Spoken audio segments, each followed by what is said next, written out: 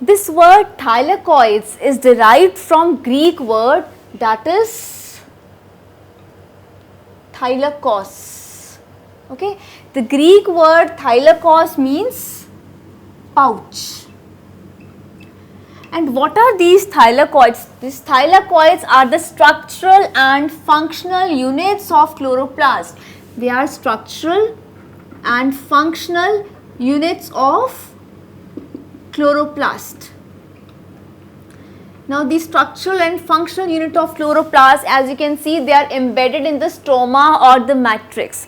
So thylakoids are, this word is derived from Greek word thylakos, means pouch, and these thylakoids are the structural and functional units of chloroplast. They are embedded throughout this matrix or this stroma, you can say. Next, these are actually flattened sac-like membranes. They are flattened sac lined by membranes. So it's, you can say it's like a sac. I'm just drawing it roughly for your understanding. Okay, it's like a sac which is lined by a membrane. Okay, it's lined by a membrane. Now this is the thylakoid membrane, and in this there is intrathylakoid fluid, or you can say intrathylakoid space. First of all, intrathylakoid space.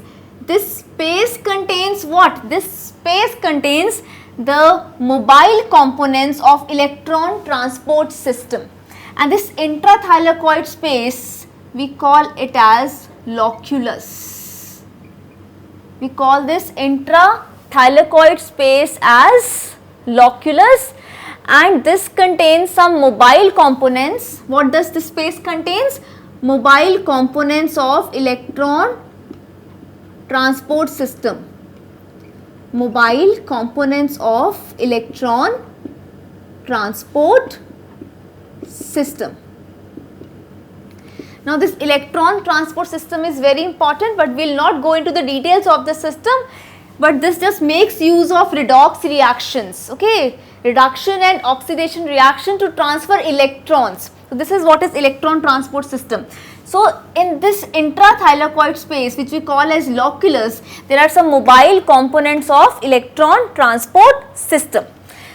Now after this, you also need to remember that in case of red algae, these thylakoids can occur singly. Okay, these thylakoids occur singly, but in case of green algae, these thylakoids can occur in a group of 2 to 20. Okay, in red algae, these thylakoids can occur singly, and in green algae, these thylakoids can occur in a group of 2 to 20. And this group thylakoids, when these thylakoids are grouped, they are known as lamellae. They are known as lamellae. Okay, so thylakos means pouch. So this word thylakoids is derived from Greek word that is thylakos, that is pouch, and these thylakoids are the structural and function units of chloroplast. Why they are the structural and functional units of chloroplast? Because here only this light harvesting is going to occur, which is going to lead to the photosynthesis reaction. Okay, so these are the regions of what? Light harvesting regions. So here only light harvesting is going to occur, which is going to lead to this completion of the process of photosynthesis. And remember, in the thylakoids, the reaction which is going to occur is the light reaction. There will be light reaction. Remember, when we did the matrix or the stroma, we talked about the dark reaction or the light independent reaction, right? So in the stroma, in this matrix, there occurs dark reactions or the light independent reactions. But when we talk about these thylakoids, inside these thylakoid, light reactions occur, or you can say light dependent reactions occur.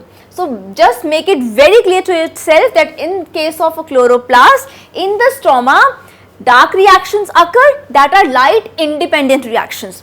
In the thylakoids, light reactions occur which are light dependent reactions, okay, in case of photosynthesis. Then there is that they are flattened sac lined by membrane. There is a membrane and there is intrathylakoid space. This intrathylakoid space is known as loculus, in which there are the mobile components, the moving components of the electron transport system. This electron transport system makes the use of redox reactions. This redox reactions, you must be knowing that they are reduction and oxidation reaction which go simultaneously. So these reactions are going to transport electrons, okay. Then this thylakoid can occur singly also or in groups also. They occur singly in case of red algae, then they can occur in groups of 2 to 20 in case of green algae. And when these thylakoids are grouped, they are known as lamellae. Group thylakoids are known as lamellae. Then after this, you also need to remember that what are grana? Now when we talked about this red algae and green algae, these were agranal, means the chloroplast contained in red algae and green algae, the chloroplast was agranal without grana, okay. Now we are talking about granal chloroplast, that is with grana. Now what is this grana? This grana is closely packed stacks of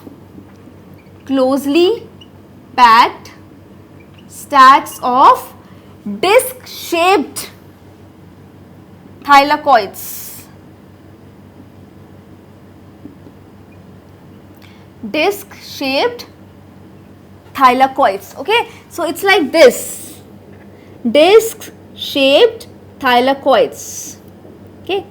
Now this is one thylakoid, and when many such thylakoids are packed in a disc shape, as you can see, a disc shaped, so this is known as a granum, okay. This is known as a granum, and many such granum actually make grana, okay.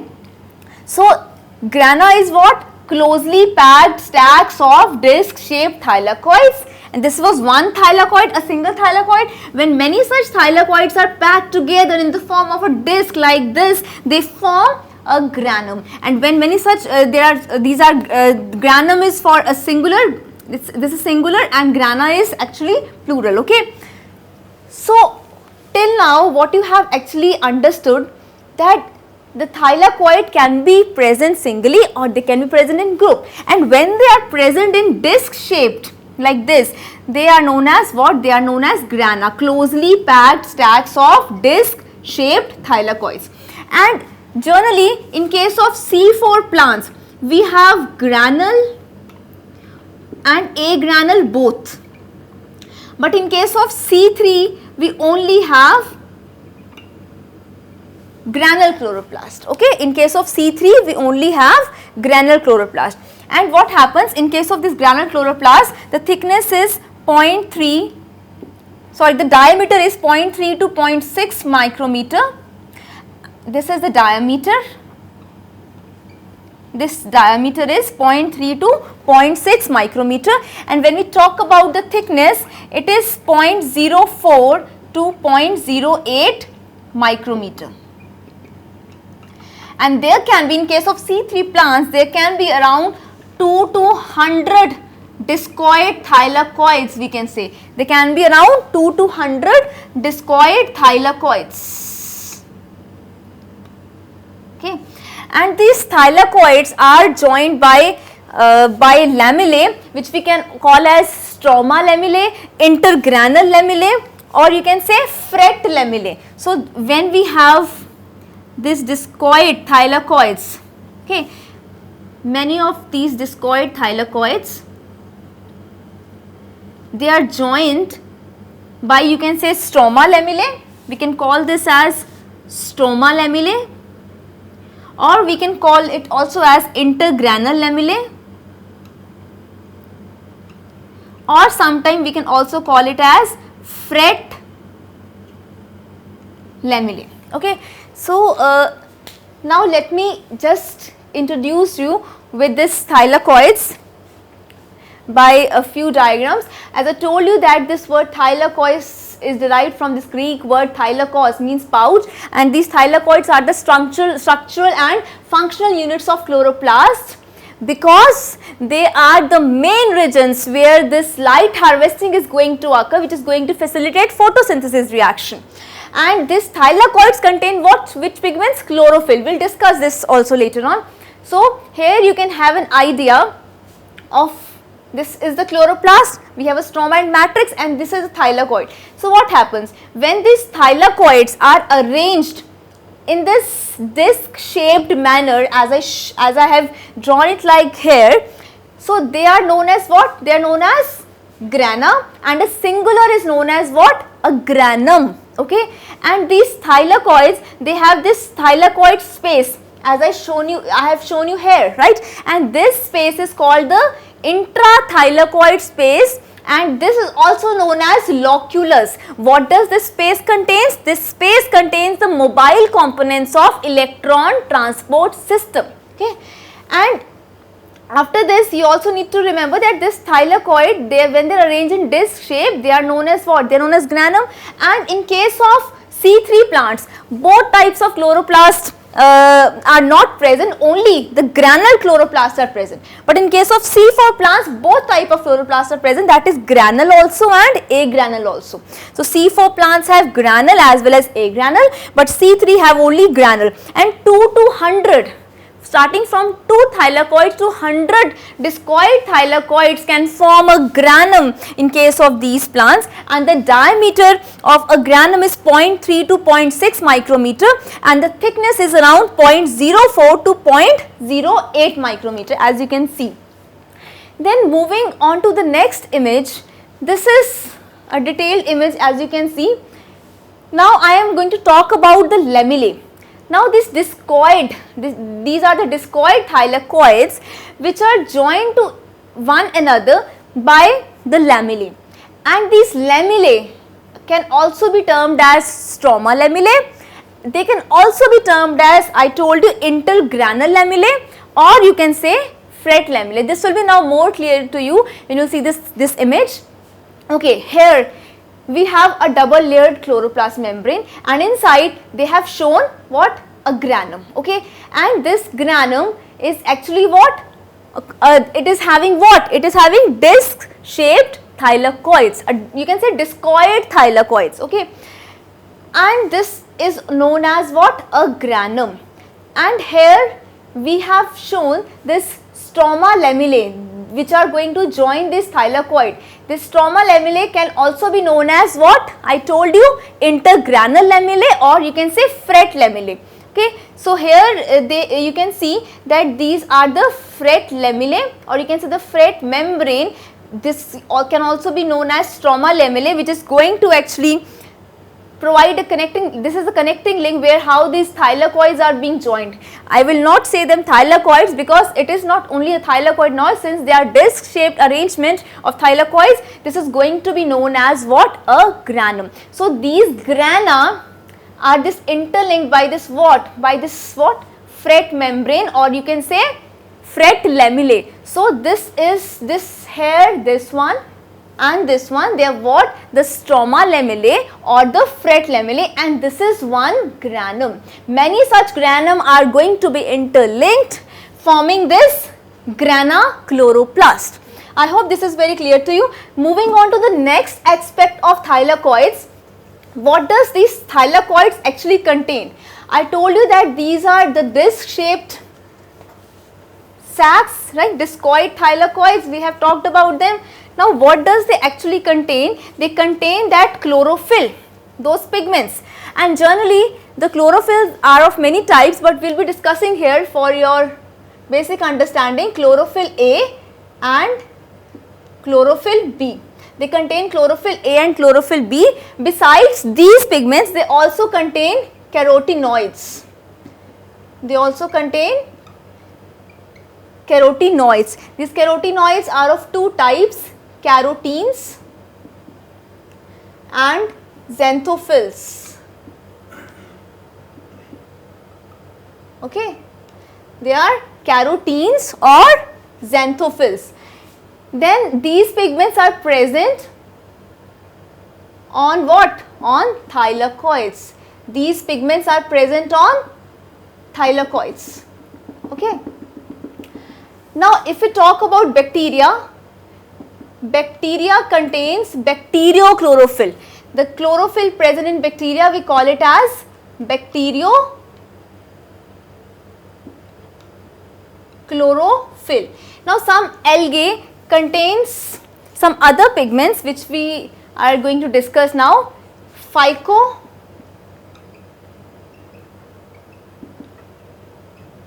Phycobilosomes are the structures which contain these pigments, and these pigments are of three types: phycoerythrin, phycocyanin and allophycocyanin. Okay. See, in this case, in case of algae, the pigments are phycobilins. Okay. The pigments are what? The pigments are phycobilins. These phycobilins are present in the structures known as phycobilisomes. Phycobilins are present in the structures known as phycobilisomes, and this is how they are actually linked to the thylakoid membrane. I told you that these pigments are present in what? On the thylakoid membrane, right? And this is how they are linked in this thylakoid. This phycobilisomes, the structures which contain the pigment phycobilins. These phycobilins are of three types, as you can see in the image also. Phycoerythrin, which gives red color. This red color is due to phycoerythrin pigment. Then phycocyanin, blue. Then allophycocyanin also gives blue color. It's also a blue colored pigment. So just recall each and everything right now very, very clearly, that in case of bacteria, there is presence of bacteriochlorophyll. Some algae also contains pigments called phycobilins.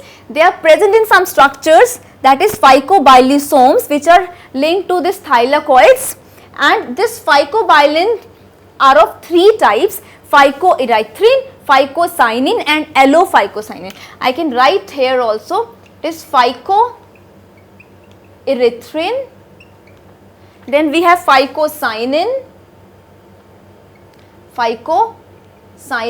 and then we have allophycocyanin.